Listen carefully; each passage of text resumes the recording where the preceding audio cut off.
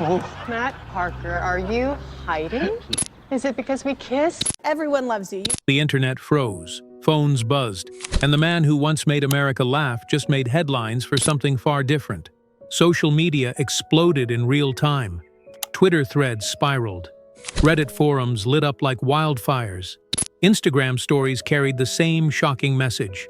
Tim Allen, the voice of Buzz Lightyear, the face of home improvement, the man who embodied American family comedy, was suddenly at the center of a controversy no one saw coming. For decades, Tim Allen represented something stable in an unstable world. He was the dad who fixed things with duct tape and humor. He was the toy that taught us about friendship and bravery. He was the Santa Claus who reminded us that magic still existed if you believed hard enough. His comedy wasn't edgy or controversial. It was comfortable, reliable, nostalgic. But today, comfort turned to confusion. The details were murky at first.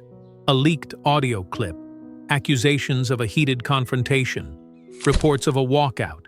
Some called it a meltdown. Others called it courage.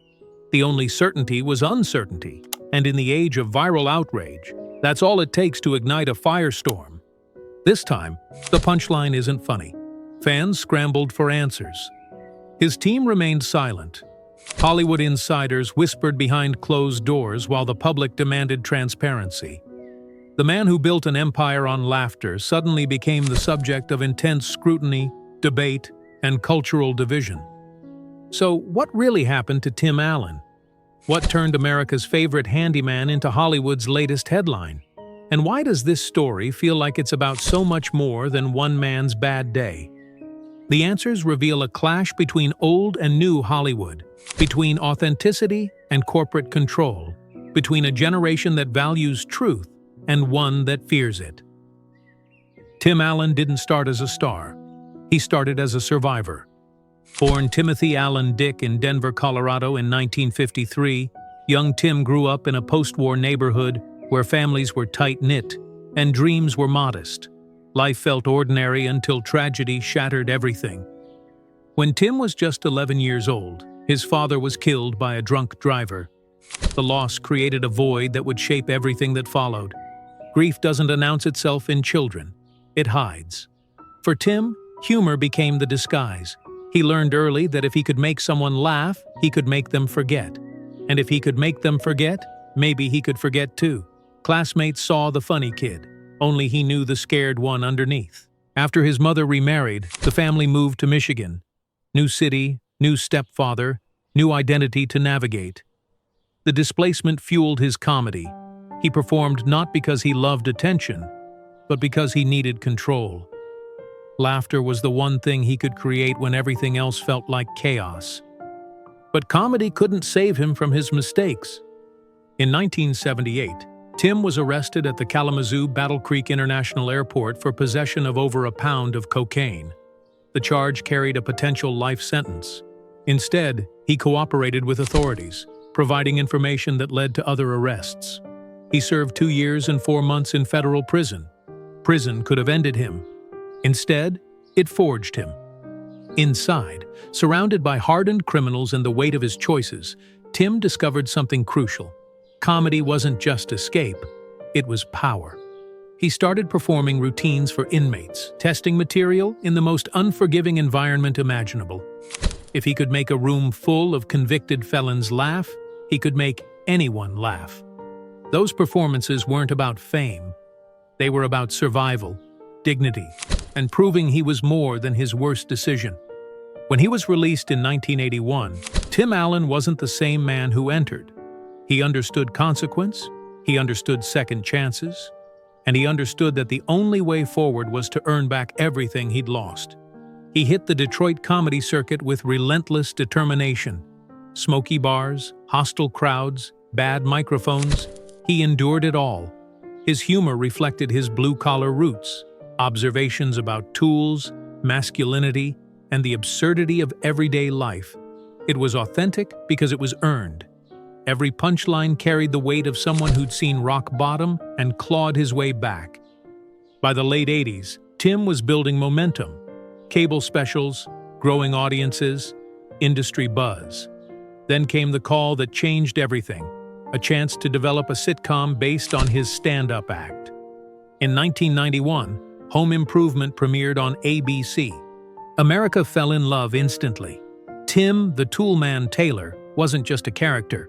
He was every dad trying to figure things out, every husband who loved his family but didn't always know how to show it.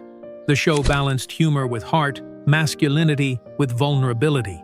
It became a cultural phenomenon, running for 8 seasons and making Tim Allen a household name. From convict to king of primetime, his redemption was complete. The 90s belonged to Tim Allen. Home Improvement dominated television ratings, but his influence stretched far beyond the small screen. In 1994, he voiced Buzz Lightyear in Pixar's Toy Story, delivering the line that would echo across generations, "To infinity and beyond." That same year, the Santa Claus became a holiday classic, cementing his status as the face of family entertainment. He wasn't just successful, he was everywhere. His comedy albums went platinum. His books became bestsellers. Magazine covers, talk show appearances, commercial endorsements. Tim Allen represented something America craved, the everyman who made it without losing his roots. Home Improvement mirrored middle-class life with remarkable accuracy. Tim Taylor was flawed, stubborn, and occasionally clueless, but he loved his family fiercely. The show explored marriage, parenting, friendship, and masculinity with a lightness that never felt preachy. It was comedy that respected its audience. At his peak, Tim Allen embodied cultural comfort. He was the reassuring voice in a changing world, the comedian who made you feel like everything would be okay if you could just laugh at yourself a little. But success in Hollywood is never permanent. Fame is a spotlight that reveals everything, including cracks. Behind the laughter, the pressure mounted. Expectations grew heavier. Creative control became a battleground. The industry that celebrated him also demanded he evolve, adapt, and conform to shifting sensibilities. He'd made it to the top, but in Hollywood, staying there is a different game entirely. It happened on a Los Angeles soundstage late into a night shoot. The energy had been tense for weeks. Creative differences simmered beneath professional courtesy. Scripts were being rewritten to chase trends rather than serve characters. The show that once felt organic now felt manufactured, algorithm-driven, designed for viral moments rather than genuine connection. Tim Allen had concerns. He'd expressed them quietly at first. Notes to writers, conversations with producers, suggestions that were acknowledged but ignored. He'd built his career on authenticity, and watching that authenticity dissolve felt like watching his legacy erode in real time. That night, the disagreement reached a breaking point. Details remain disputed, but witnesses describe raised voices, creative frustration boiling over, and Tim finally refusing to compromise on a script he believed betrayed the show's core values. It wasn't ego, it was principle. He'd spent decades earning respect through truth, and he wasn't about to sacrifice that for manufactured relevance. Then came the leak. An audio clip, context stripped, tone amplified, spread across social media like wildfire. Within hours, speculation exploded. Was it anger, ego, a meltdown? Different outlets spun different narratives. TMZ ran sensational headlines. Blogs twisted facts. Twitter became a battleground of hot takes and moral grandstanding. Some claimed he'd walked off set in a rage. Others said he'd defended artistic integrity. The truth drowned in noise. What should have been a private creative discussion became public spectacle. In the age of smartphones and leaks, every disagreement is one recording away from becoming entertainment. Privacy no longer exists. Context is optional. Outrage is currency. The incident revealed something deeper than one man's frustration. It exposed the fundamental tension between authenticity and corporate control, between creators who fight for their work and systems that prioritize profit over principle. Tim Allen became a symbol, and symbols are never simple. Hollywood loves drama almost as much as it fears it. Within hours, industry reactions flooded social media. Cryptic posts from celebrities, ex-co-stars weighing in, everyone picking sides or carefully avoiding them. Patricia Richardson, Tim's home improvement co-star, offered a balanced defense, describing him as passionate but professional. Richard Karn posted a nostalgic throwback photo with a caption about loyalty and friendship. These were rare voices of nuance in an ecosystem built on spectacle. But the industry split. Older stars rallied around Tim, calling him one of the last real comedians and praising his refusal to bend. Younger creatives saw him as outdated, a relic clinging to a version of comedy that no longer fit modern sensibilities. Late-night hosts made jokes. Podcasters dissected every angle. Tabloids ran competing narratives. The story became less about what actually happened and more about what it represented. A culture war playing out through one man's controversy. Tim's past resurfaced. Comments he'd made about cancel culture and free speech were re-examined, reframed, weaponized. Some saw him as a truth-teller willing to challenge orthodoxy. Others saw him as someone unwilling to evolve. The debate transcended Tim Allen. It became a referendum on comedy itself, what it should be, who gets to define it, and whether honesty still has a place in an industry terrified of offense. Social media became a war zone. Hashtags trended within hours. Hashtag Stand With Tim and hashtag Tim Crossed the Line. Fans flooded platforms with home improvement clips, Toy Story quotes, and defenses of the last real comedian. Others posted critiques about ego, professionalism, and the need for Hollywood to evolve. For many, this wasn't just about Tim Allen, it was about identity. He represented something to multiple generations. To Gen X and Boomers, he was nostalgia incarnate, a reminder of when comedy felt safe and families gathered around TVs for shared laughter. To younger viewers, he symbolized an outdated approach that needed updating. Viral posts captured the divide. He's not canceled. He's courageous. There's a difference between honesty and ego. The conversation spilled beyond entertainment.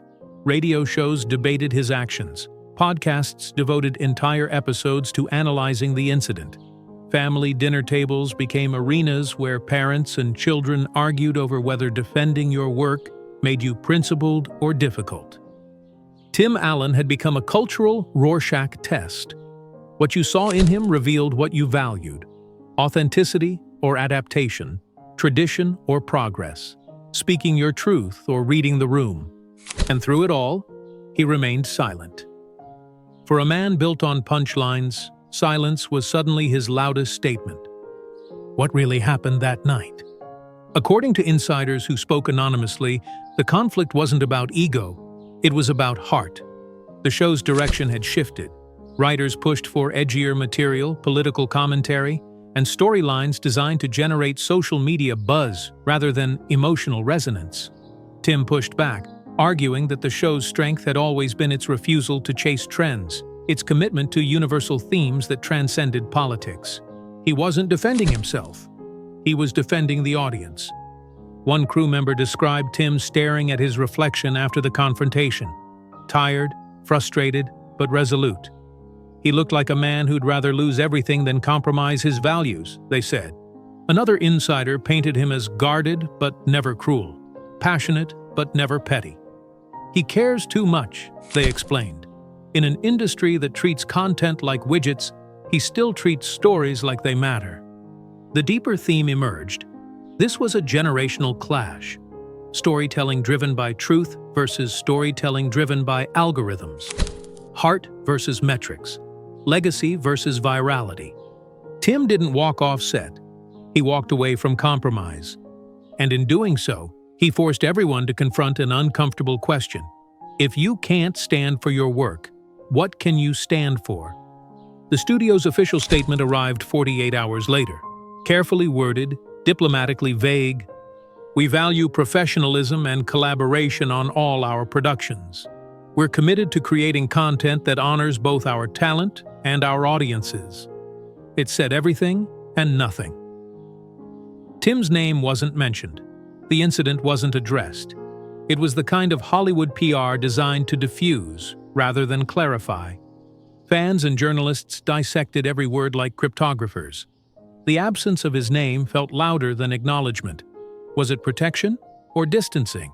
Support or abandonment. Behind closed doors, the tension was palpable.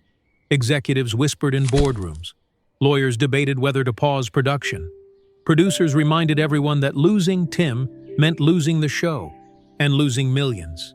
Reputation had become currency, and everyone was afraid to spend it. The studio faced an impossible calculation: support a beloved star and risk alienating younger audiences, or distance themselves and lose credibility with the loyal base that built their success. So they chose ambiguity. In Hollywood, when truth is dangerous, vagueness becomes strategy. The silence finally broke. Tim posted a simple image: a microphone on an empty stage, spotlight cutting through darkness. The caption read, "Sometimes the truth doesn't fit the script." The post ignited everything. Within hours, it was shared millions of times.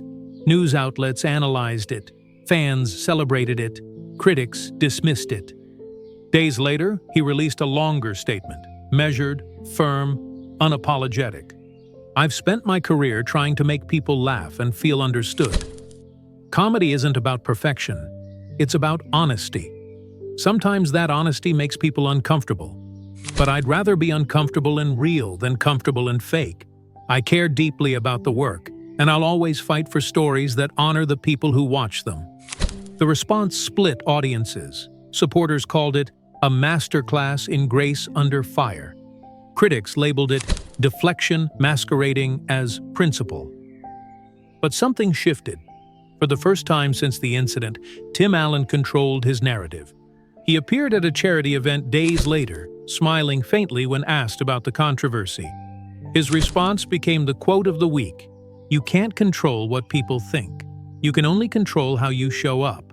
Simple, powerful, undeniably him. Production resumed quietly. New agreements gave Tim greater creative input, not as a power grab but as acknowledgement that his instincts had value. The show returned to its roots, prioritizing character over controversy, heart over hype. Ratings climbed. Critics praised the course correction. Audiences responded to the authenticity they'd been missing. Rumors began circulating: potential Toy Story involvement, a possible home improvement revival, new stand-up specials. Hollywood, which had doubted him weeks earlier, rediscovered its respect. Because Hollywood may love drama, but it respects survival even more. Tim's tone in interviews shifted, less defensive, more reflective. He spoke about gratitude, perspective, and the lessons learned from weathering storms, maturity born from conflict. Then he did something unexpected. He returned to stand-up. Not arenas or amphitheaters, small clubs, intimate venues, pure comedy. He wasn't chasing fame anymore. He was chasing connection. On those stages, under those lights, Tim Allen found what he'd been fighting for all along: the freedom to be honest, imperfect, and real. You can try to silence him, criticize him, or misunderstand him, but Tim Allen doesn't fade. He evolves. From pain to prison, from laughter to legacy, his story proves that redemption isn't a destination. It's a practice. That authenticity costs something, and sometimes that cost is controversy. That standing for your work might make you unpopular, but compromising your values makes you invisible. Tim Allen built a legacy on laughter, but he earned respect through resilience. And in an industry built on illusion, that makes him dangerous. Because real stories don't follow scripts, they follow truth.